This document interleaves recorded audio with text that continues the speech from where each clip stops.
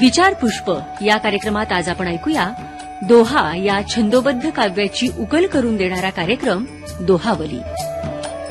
संकलन, लेखन, निवेदन प्राध्यापिका सुनीता कुलकर्णी यांचा.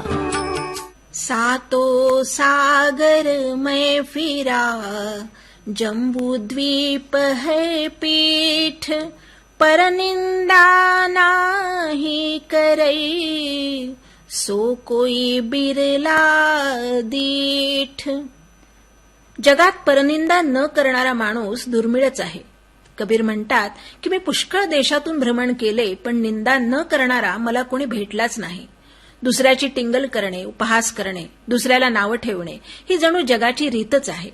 काही जणांचा तर परनिंदा हा हव्यासच होतो, ती त्यांची सहज प्रवृत्ती होते. त्यामुळे एक वेळ सुवर्ण वा संपत्ती सोडून साधूचा वेश धरणे सोपे आहे. स्त्रीचाही मोह सोडणे सोपे आहे, पण निंदा करण्याचा स्वभाव सोडून देणे फारच अवघड आहे. हे सांगताना कबीर म्हणतात, कंचन को तजबो सहज, सहज त्रिया को नेह, निंदा केरो त्याग बो, बडा कठीण है यह. श्रोते हो, ही निंदा करण्याची प्रवृत्ती अहंकारातूनच येते. मी किती हुशार, मी फार चांगला, हे दुसऱ्याचे अवगुण दाखवून सिद्ध करणे हाच तो मीपणा, पोकळ अहंकार. या अहंकारापोटी जो माणूस दुसऱ्यास हीन समजतो तो कधीच खऱ्या अर्थाने मोठा होऊ शकत नाही. ज्याला आध्यात्मिक प्रगती करायची आहे त्यासाठी तर हा अहंकार मोठा अडथळाच ठरतो. यासाठी साधकाने नेहमी सावध राहायला हवं, कारण गर्वाचे घर कधी खाली येईल माहीत नाही. म्हणून कबीर म्हणतात, आपण कोण सराहिये, परनिंदिये न कोय, चढ़ना लंबा धोहरा, ना जाने क्या होय. निंदकांचे वैशिष्ट्य म्हणजे ते दुसऱ्यांचे दोष काढतात, त्यांच्यावर टीकेची झोड उठवतात, पण त्यांना स्वतःचे दोष मात्र दिसत नाहीत. ते जाणून बुजून आपल्या दुर्गुणांकडे डोळेझाक करतात.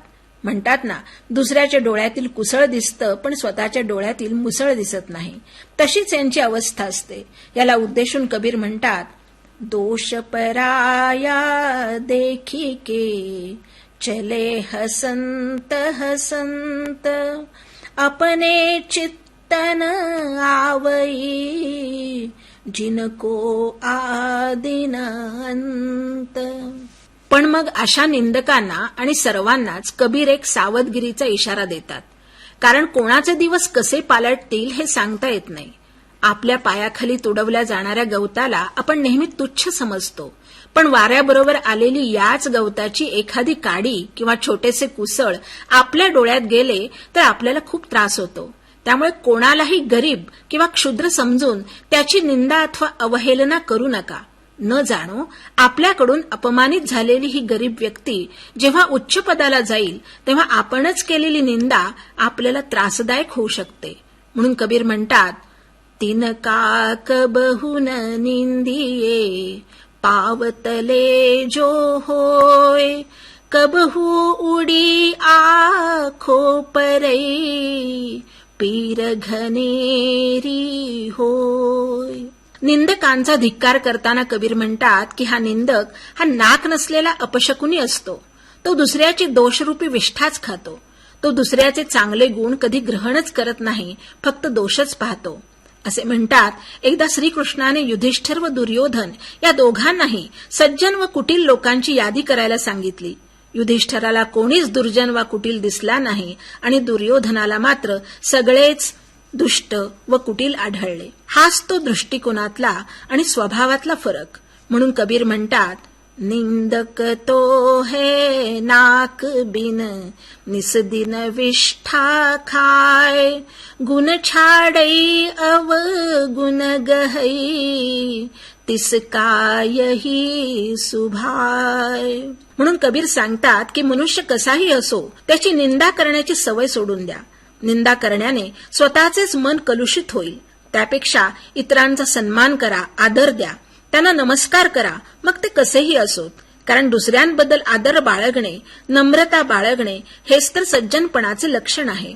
म्हणून कबीर म्हणतात, काहू को नहीं नींदिए, चाहे जैसा होय, फिर फिरता को बंदिए, साधू लक्ष्य है सोय. साधू संतांची निंदा करणे हे तर महापाप. कारण साधू सज्जनांना पिडणाऱ्या लोकांचा अंत हा नेहमी वाईट पद्धतीनेच होतो आणि त्यांना शेवटी नरकातच जावे लागते. हे सांगताना कबीर म्हणतात, जो कोई निंदई साधू को, संकट आवई सोय, नरक जाए जन्मई मरई, मुक्ती कबहू नहीं होय. श्रोते हो, कबीरांसारख्या साधू संतांनी निंदा करणे हे पाप आहे असं सांगितले तरी निंदकांची संख्या कमी झाली थोडीच. आपल्या आसपास असे अनेक निंदक नेहमी वावरत असतात. ते नेहमी आपला उत्साह कसा कमी होईल, आपण त्या निंदेने कसे हतबल होऊ या विचाराने आनंदी होतात. अशा वेळी आपण त्यांचा स्वभाव जरी बदलू शकलो नाही तरी त्यांच्याकडे बघण्याचा आपला दृष्टिकोन मात्र बदलू शकतो. निंदकांनी केलेली हीच निंदा आपण सकारात्मक दृष्टिकोनातून घेतली तर ही निंदा जणू आपल्यातील दोष दाखवून देणारा आरसाच आहे असे जर आपण या निंदेकडे पाहिले तर आपण आपल्यातील दोष दूर करून अधिक सद्गुणी होऊ. त्यामुळे निंदकाला कधी दूर लोटू नका, त्याला आपल्याजवळच ठेवून घ्या. निंदा करून तो पाण्याशिवाय आणि साबणाशिवाय आपला स्वभाव सुधारेल. म्हणून कबीर म्हणतात, निंदक नै रे राखिये, आंगन कुटी छवाय, बिन पानी साबुन बिना, निर्मल करई सुभाय. आपल्या हातात एवढेच आहे.